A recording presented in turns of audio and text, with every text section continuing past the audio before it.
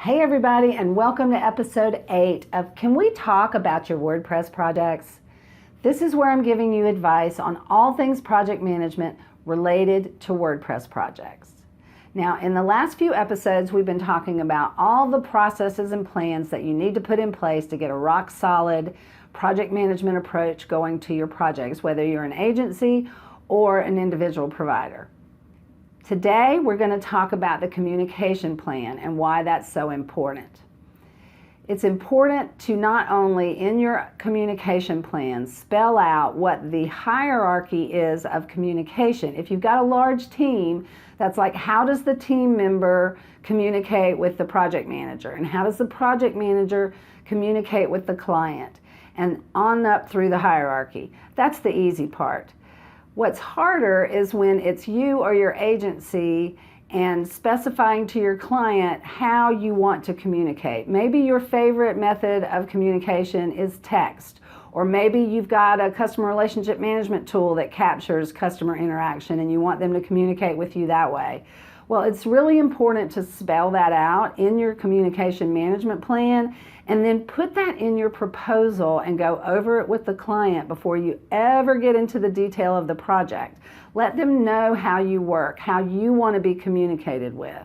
And then also ask them how they want you to communicate with them.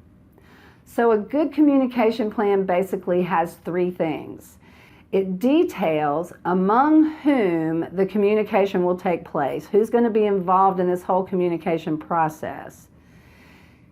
It specifies the preferred method of communication, and it describes what happens if the communication process is not followed.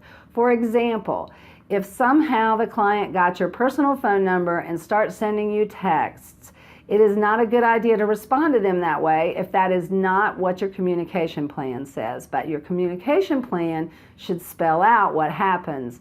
Now, I have one student who says the way that he handles this is he says, look, if you email me, he likes email. It's if you text me, I may still respond to you, but you're going to get a much slower response than if you email me. Or maybe it's the other way around, but you see what I'm saying. He puts some caveats in there as to what happens if you don't communicate the proper way. You get faster service if you do it the right way, bottom line.